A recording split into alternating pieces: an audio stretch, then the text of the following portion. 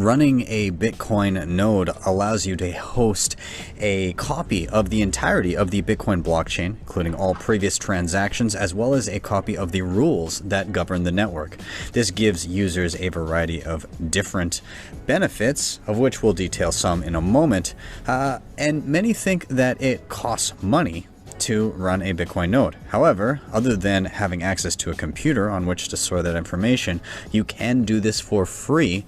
And we're going to explore how to do that today with Bitcoin Core. I am Ben with the BTC Sessions. This is your daily session.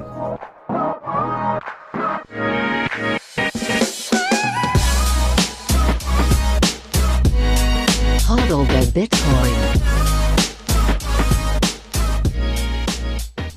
It's first important to recognize that if you are not running a Bitcoin node, you are trusting somebody else to do it for you. Even if you've downloaded a Bitcoin wallet and you hold your own keys, you are still depending on somebody else to host a copy of all previous transactions, validate any incoming and outgoing transactions for you, and validate the rules of the network. Running your own node, whether it be something that I've covered previously like Umbral or MyNode or a variety of other options out there, or Bitcoin Core allows you to do that yourself in a trustless manner. Now, Bitcoin Core can be downloaded for free and run on your computer, which is exactly what we're going to take a look at how to do today. We're going to take an overview of the program, how to use it as a regular wallet, and then how to use secondary interfaces in order to use things like hardware wallets. The first thing you're going to want to do, if you're not looking to spend any money on hardware other than the computer you're currently using, is you're going to want to download Bitcoin Core off of bitcoin.org. You can find it there, really simple. When you click on Bitcoin Core, there's a download button for Windows, for Mac, and for Linux. So very, very easy to get it there. Now, I have previously covered Umbral and MyNode, and I'm sure I'll cover other plug-and-play node options in the future. The difference between them and this is that they have often software stacks and extra little features and programs that you can run on top of Bitcoin and next to Bitcoin that interact with your Bitcoin node. But this basically gives you a copy of the Bitcoin blockchain, all of the rules that govern the network, and it gives you a wallet that runs on top of it. You can then connect it to other things afterwards, which we'll get into momentarily. Now, what are the benefits of running your own Bitcoin node? Well, number one, you get some greater privacy. It is run on your own network and you connect things to it as you see fit. Number two, you're no longer trusting somebody else to do this for you, as I alluded to in the intro, which is always a benefit. Don't trust, verify. And finally, again, you can run some cool stuff alongside this. Now, it's a little bit more of a challenge to do it with just Bitcoin Core than some of those plug and play options like I mentioned before. Umbral, MyNode, Start9 is another one, Nodl, all of those. They've got some nice bells and whistles here, but for some bare bones stuff that you can easily connect to and be self-sovereign, Bitcoin Core is an easy way to go. So once we download it, there's a couple little things to get yourself set up. Let's take a look at what you will see.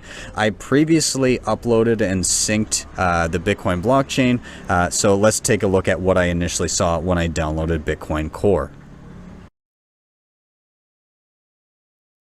So this is just a collection of screenshots from when I was downloading and installing this. So I downloaded the package from bitcoin.org. You can see it here on my desktop. And again, I'm on a Mac, so this could be different for you if you're on Windows or Linux. But either way, once I opened up this, I just dragged Bitcoin Core into my applications.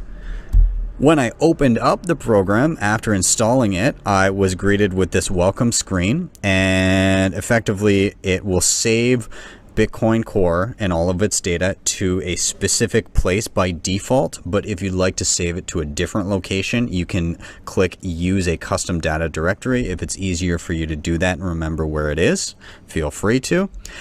This is also where you get to decide how much space is used up on your computer. Namely, do you want to continually store the entire size of the Bitcoin blockchain, which at the time of doing this video was around 350 gigabytes.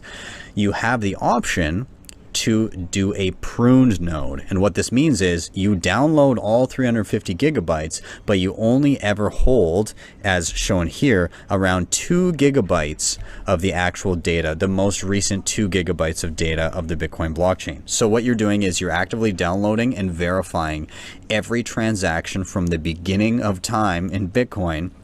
But once you get to that 2 gigabyte threshold, it will discard the already validated initial transactions and only hold 2 gigabytes moving forward from now on. And I chose this option, so I chose to do a pruned node in this instance.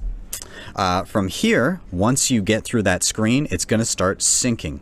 Now this can take some time.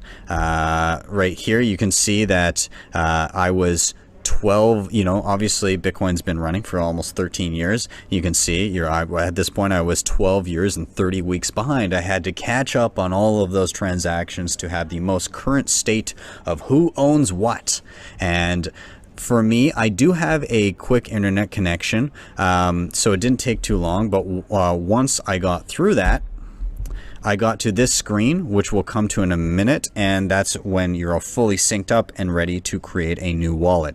Just for reference, if you guys are wondering how long this might take, I've heard some people where it takes a week, sometimes more. So you're just gonna want to leave it running, or whenever you get the chance, leave it running to download those blocks and verify those transactions. Just for reference, this was my download and upload speed, and I am running Mac OS. I've got like 16 gigs of memory. And the M1 chip in my MacBook. It's a pretty recent one from 2020. So just for reference, I've got some relatively new and beefy laptop, and I was able to sync the entirety of the Bitcoin blockchain, 13 years worth of transactions in under 24 hours.